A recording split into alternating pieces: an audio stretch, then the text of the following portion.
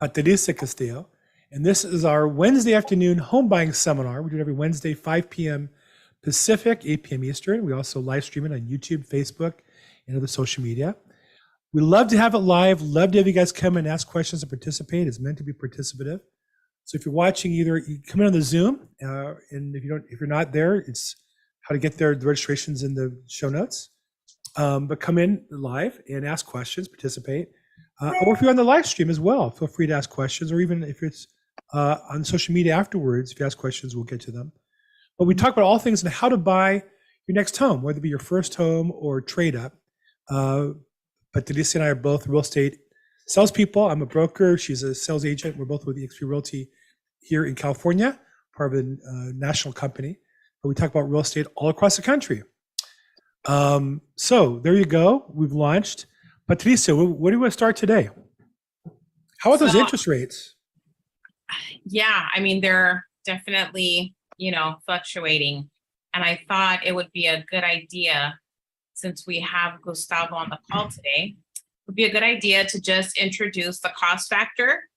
I know that we've gone over that, I think, earlier on in the process, but it would be a good idea to revisit the cost factor, considering that the rates have changed, and just looking at what a down payment would look like for a first-time home buyer, and also what the costs are that are involved. So there's costs for appraisal, inspections, escrow fees, title fees, and also some loan fees, maybe underwriting things, fees. So I thought it was a good idea to have Gustavo kind of go over that with us today and look at what can be expected for a savings, because when you decide to purchase a home, you do want to start by having some funds on reserve. And so I thought it was a good idea to go over that today and see what that looks like. So welcome to our call, Gustavo. Yeah, thank you. Thank you again, Patricia, for having me, and Bill. And it's a good topic, because as I talk to borrowers, they think it's just a down payment. They're like, yeah, I got 3.5%, or I got 3%. And then I go into a little bit more about the other costs, what's associated with it. And that what gets them a little bit, maybe they sit back and they're like, well, okay, I may need a couple more months. So I think it's a good conversation to have. So, let's just put some numbers and easy math numbers, right? So that people can get an idea. So for example, if you've got a home purchase price, $500,000, right? We talk about what's going to be the initial cost. Well, you got that down payment. So if you do a conventional 3% down, you're looking at $15,000 down payment. A lot of people may think, great, I have that, I should be able to buy a house. But as Patricia just mentioned, there are some additional costs that go into that. You have your escrow fees, you have your title fees. So let's take escrow. That may be maybe around $3,500. Now that's something that myself as a loan officer, I don't control, right? So that's determined through escrow and the company and the services. And part of that could be also the negotiation, who's paying for what, the title fees as well. And then you have your home insurance, right? Where they're going to go ahead and prepay 1 year of home insurance. That could be another $1,200, depending on what kind of coverage they may want. And then you have some prepaid interest, right? So if your loan closes out on the 15th of the month, you got to finish out the other 15 days and pay that up front, right? So we prepay that. You also have your property taxes and insurance. So on your property taxes, we live in California, which is, high property taxes. So we usually estimate about 1.25 of the purchase price. That's what we start out with. Once we start working with escrow and title, we get the prelim on that. But let's say it's on a $500,000, let's say it's $500, right? So if we need to pay upfront 4 or 5 months, you're talking about another $2,000, $2,500 of the taxes that you're going to be paying. Also, you're putting that money into an escrow account along with your home insurance for the following year. So you prepay 1 year, and then you're going to drop in maybe 2-3 months into your escrow account. So that's starting to add up already, right? Patricia also mentioned the appraisal cost and maybe other inspections. That could be anywhere from $1,000 to $1,200. You have your appraisal costs, you have home inspections. So if we take that $500,000 home and we're adding up all these numbers, we're looking at around $25,000. We're looking at on those additional costs for that borrower to have really $25,000 to cover the closing costs, plus the down payment. Okay. Now, you may have some lenders out there as well that are going to be charging you points, right? You want to buy down the rate, you're going to pay a point on it. 1 point is $5,000 out of that 500,000. So it could very easily be $25,000 up to, $30,000. So I like to, make sure that I go through all the numbers with each borrower so they understand the final numbers and what they can anticipate. Mm-hmm. Yeah, it's very true. And sometimes when you have the home inspection, that could lead to another inspection. You might want to have a roof certification performed. You might want to have a sewer scope performed. And all of these inspections are, maybe $200-$300, including the termite inspection. You might want to have that done as well. So yeah, that definitely starts adding up to the initial cost for the down payment. Right. And I recently had a home in San Diego that needed a slab check, right? So they went through that process, and that was another inspection that they needed to take care of. So the borrower is investing a little bit of money in the beginning process, right? Because once you go through that process, they're not going to get this money back if they don't proceed.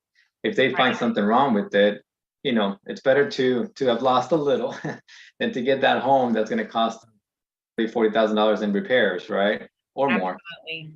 So there's always an investment on the borrower side. So they're gonna need to be aware of that. And I think, on my side, it doesn't make any sense to hide any numbers. And just like on your side, Patricia, it doesn't. You talk about those inspections. Yes, we got to do this. It's to protect them in the long run, Right. And part of our job as real estate agents is to prepare the client, whether they're buying or selling. So in this case, we're talking about first-time home buyers. So that's what we disclose in the beginning is, okay, great, you're looking at buying a home. This is going to be your down payment, and estimated, this is what you're looking at for each inspection. Right. I just had a buyer that was going through that due diligence period where they were going through all their inspections, and the total cost ended up being about $1,300. So that was the home inspection, termite, a sewer scope inspection. And, so it does start to add up. I did have another client also last year that we were in escrow. She paid for the home inspection, and then we also wanted to have a sewer scope inspection done. So that was another about $250, $300. And then she determined, this wasn't the right home for her. She wasn't really happy with the findings, so we canceled the escrow. But again, like you mentioned, that's money that's spent. So that might happen. You have to also prepare for that too. It might happen that you're in escrow, you go through the inspection process, you decide this isn't the right home for you for whatever the case may be, and then you end up canceling the escrow. So that's money that's not refundable. Right. But like I said, it's better to know now, and some of these things, they could be a negotiation point, right? But if it's something where it's big enough where you're like, hey, I'm not buying that house, I'm not moving into that. Like you said, it's just better to know now, and you spend $1,000, but it's money well spent. Well, I do think it's important to have expectations in line with the market. I've had I had occasions where, as a listing agent, a buyer's agent didn't prepare the buyer, and I think the buyer had the false assumption that the condition of the property should be like brand new, and they should be able to do an inspection. The property should be free of any defects noted. And that sounds nice, but most of us live in homes every day with things that are broken or need repair or need maintenance.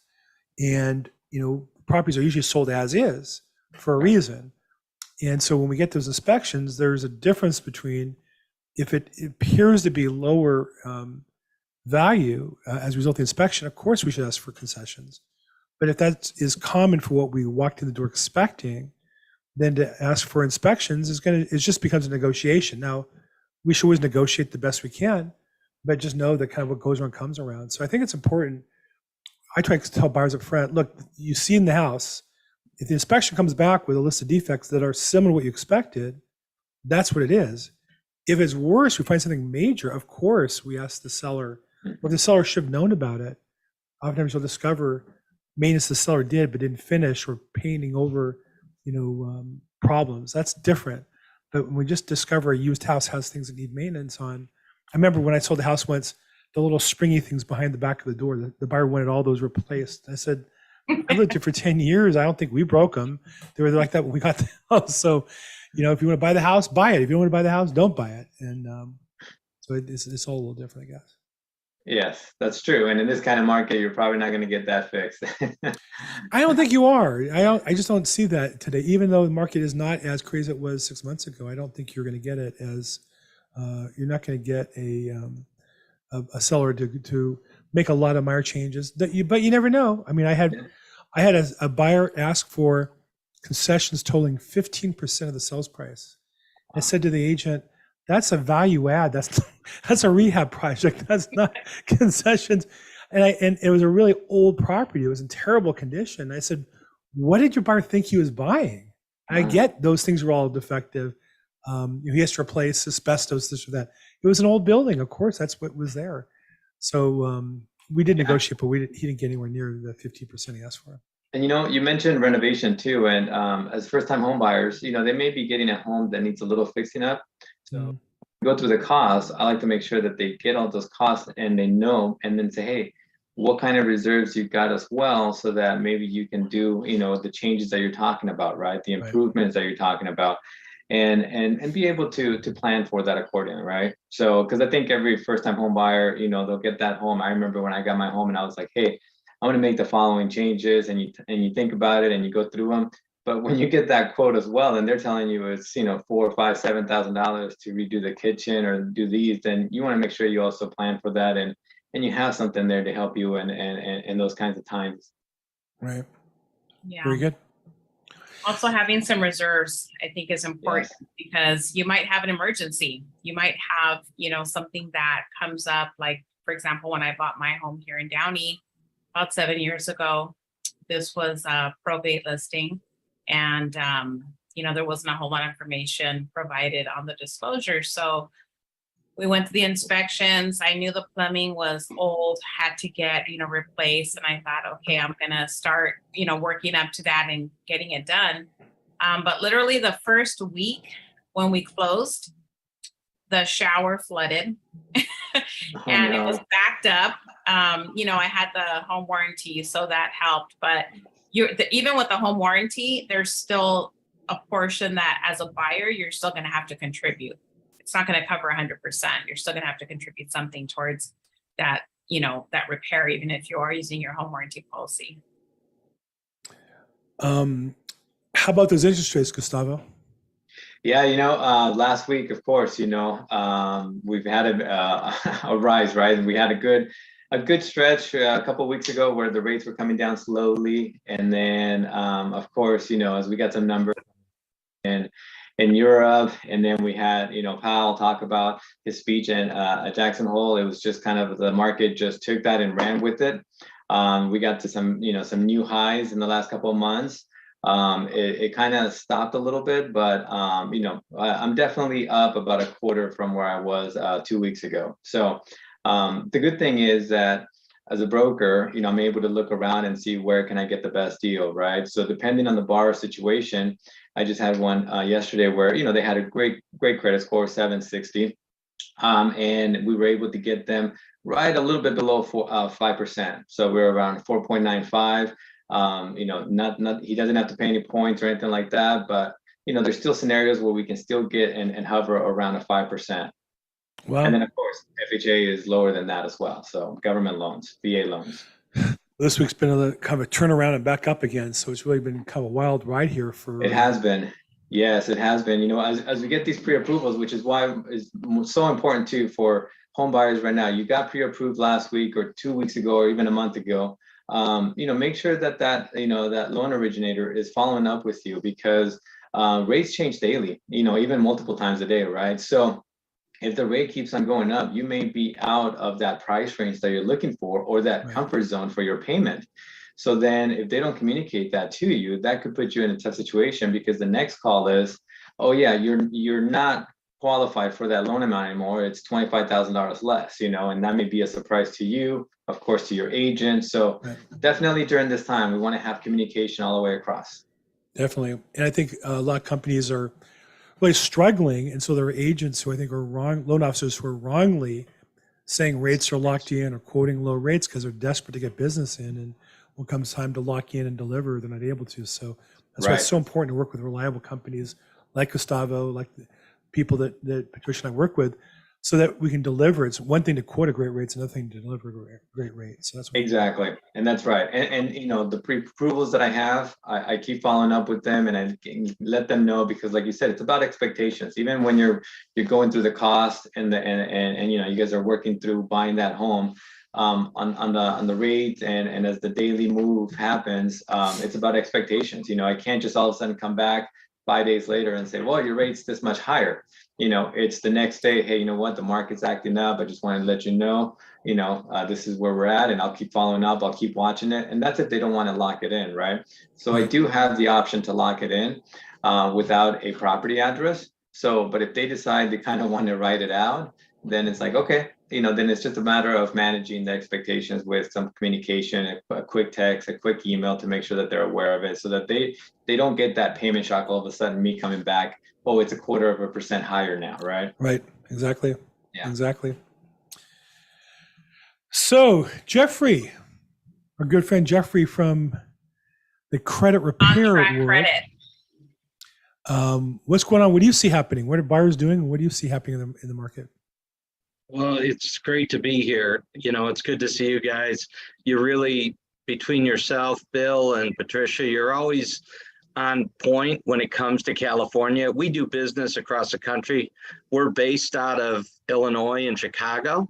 So we do have an office outside of Phoenix, but at the same time, I get to hear about things on your end. Gustavo, everything you said, I started as a lender originally. So everything you were saying, I remember back then. And it's like, you said it best, rates change every day. And it's funny because we're helping a client who was saying, well, we were pre-approved for 400,000 and our monthly payment's only going to be about 1,200 is our principal and interest. And I said, okay, when was the last time you had your pre-approval updated? Well, it was in about the middle of 2001. Yeah. And I said, okay, well, Nice try. is your loan officer, did he bring it up? Well, we've been calling him. He hasn't got back to us. There you go. So those are the kind of things I remember. Those are what you had to do. You had to let people know what was going on, because when rates changed, when I was a loan officer, they were between 6 and 8. So this is like 12, 13 years ago. So I know what it was like, how you could lose that ability to buy something, or now your pre-approval is $25,000 less. Right. So all the things you said were pretty much what's going on. I see on our end, I see a lot of people though that can get a deal done. If they're really focused, they can put in an offer and they can find a way to get it done. We're only on the credit side, so the lender has to be an expert. The realtor has to be an expert, and everybody's got to do their job. And it really does work out in the end. But it's important that right now, with everything changing, it's really important that we all stay in our lanes and do our job to the best of our ability. 100%. Right. There are other options too, like no state, what is it? No, I'm having difficulty. No stated income loans. But those require a much higher down payment. So if you're an independent contractor, you might be interested in that type of loan because maybe you don't have consistent deposits into your account every month. But those do require larger down payments. And what do the rates look like, Gustavo, for those types of loans? Like a no. So that's definitely above a 7.5% up there. Like you said, those bank stated or P&L or those type of business owners, right? Right. They're going to require a little bit of more, like you said, bank account statements. They take a look at the deposits, what's being deposited in there. It's a lot more risk for the lender. They're non-qualified mortgages. So then because of that, the return on the rate has to be a little bit higher, right? So, right now I'm looking at those and they're about 7.5% for sure. And then of course, from there you have private lenders, investors that are looking after that. And then that could be, 8, 9, 10%. Yeah. I remember the days until about 3-4 years ago, private lenders were always 10%. Just as a matter of principle, they were never single digits. And private money, remember, came down to 9, 8, and then 7%. And it was like they're giving money away. But like a lot of things, that's changed here in the last 6 months, I think. Mm-hmm. Cool. Well, Jeffrey, thank you for jumping in here. We brought you in just for some eye candy for the ladies. So thank you so much for Yeah. being here. Yeah, okay. All right. Hold that thought. But we interviewed Jeffrey previously on this, and if you're looking to buy a house, one of the things we recommend is get your credit checked, and if you can improve your score and get a better price, Jeffrey is part of a company that will help you improve your credit score dramatically and save hundreds, if not thousands, of dollars for just a modest amount of work and price. So, thank you, Jeffrey, for supporting us. Appreciate having you around. Thank you very much. Anybody else in the call, feel free. That we mean this to be participative. So if you have questions, feel free to jump in. If you're watching online right now, live, I can answer the questions. And if not, if after the call you have some questions, put it in the chat box, and either Patricia and I will get back to you to answer questions. But that's what we've done this for. We're in the business of helping people and answer questions, and that's part of the process. There's no question that's too simple, and it's not something we haven't heard before, but we're glad to help you learn. So feel free to participate with that. Gustavo, any last suggestions or comments for buyers looking to buy today? What would you recommend them to do to be successful in their process? Yeah, I think definitely, shop around, right?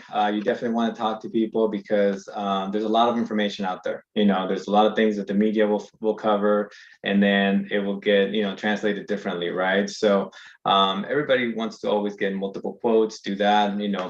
Working with a broker like myself, I'm able to shop and save them time that way. I'm able to look at 5, 10 different lenders and be able to do that. And even then, I still tell people, you know what, go ahead and take a look at this, go online, you can take a look at it, but make sure you're really comparing the costs. Are you getting points? Are there fees? Are there underwriting costs, processing costs like you talked about? And then you can compare it correctly. And I break that down for them and I help them. So because it is, even by my second or third, mortgage, when I was buying, I was still, a little bit unfamiliar about the process. You buy the house once and you forget about it. And the next time you buy, you have to go through it. So it wasn't until I got into this industry that I was able to really understand it. So I put myself in those shoes, and I know that even, at the second or third time, it can be confusing. But I really tell people, shop around, feel comfortable with it, and ask a lot of questions. That was a key thing too that you mentioned. We answer maybe the same question, different, to different people. It's very important, and that's why people keep on asking it. So don't be afraid to ask those questions. We're more than happy to go through it and explain it and provide calculations so that they really understand it. It is such a big purchase decision. You want to make sure you understand it correctly. And Gustavo, I appreciate that. And if somebody wanted to get in touch with you to maybe ask some questions about your programs or if they qualify, what's the best way to get in touch with you? Yeah, definitely. You guys can give me a call. My number is 714-334-4563. But also my broker shop is called Sendero Home Loans. So online, senderohomeloans.com. Pretty straightforward, and you'll be able to see me then. You guys can always text me, or you can also find me on Instagram and social media as well. There it is. There you go. So call or text senderohomeloans.com. Correct. Yeah. And if you purchase or refinance, hit the right button and they'll take you there, or just give them a call or text and he can help you. So Gustavo, as always, thank you for supporting our call. We appreciate having you. Thank you, Bill, for having me. Thank you, Patricia. I appreciate it. Thank you. Absolutely. Patricia, any last comments, questions, suggestions for our listeners today? Yes, I wanted to welcome Sonia Thomas to the call. And I'm not sure if she has any questions. Do you have any questions for us, Sonia, before we wrap this up today? I don't, but thank you. I appreciate all the insight. I'm a new agent here in the Metro Atlanta area. I'm with EXP as well. So I was just trying to get more insight from other people's experiences. And I appreciate the fact that we touched on the mortgage side. So thank you so much. Okay, fantastic. Well, I just wanted to encourage anybody listening to, watching this live stream or on Facebook. We're here to provide, free information to you and help you plan out your roadmap. So that's why we have different partners join us on the call to facilitate that roadmap for you. So for example, we have Jeffrey Eigel. He's with On Track Credit Services. In Chicago. A couple of our participants on this call have joined the program to improve their credit and their FICO score. So if that's something you're interested in, this is definitely a great place to do that. So any questions, feel free to reach out. I can be reached at 323-365-9909. Fantastic. Patricia, always a pleasure. And I'm Bill Gross. We do this every Wednesday. It's our home buying seminar at 5 p.m. If you're in the LA area, next Thursday, a week from tomorrow, so that's going to be on the 8th, is the LA County Real Estate Investors Association meeting. It's free. If you think of buying property or investing, come see us. We're there. We're a vendor. I'm actually the official podcast event. There'll be about 250 people, 50 vendors. So it's in the Culver City area. You can get more information for it, lareic.com, LAREIC, Los Angeles Real Estate Investors Club.com. And it's free. Love to see you there if you're available. Otherwise, you do this next week. If you're watching on the live stream, feel free to ask questions. We'll get back to you. Patricia, always great to see you again today. I think it's 3 or 4 times today we talked. Yes, Great we to be- did. People are going to start talking.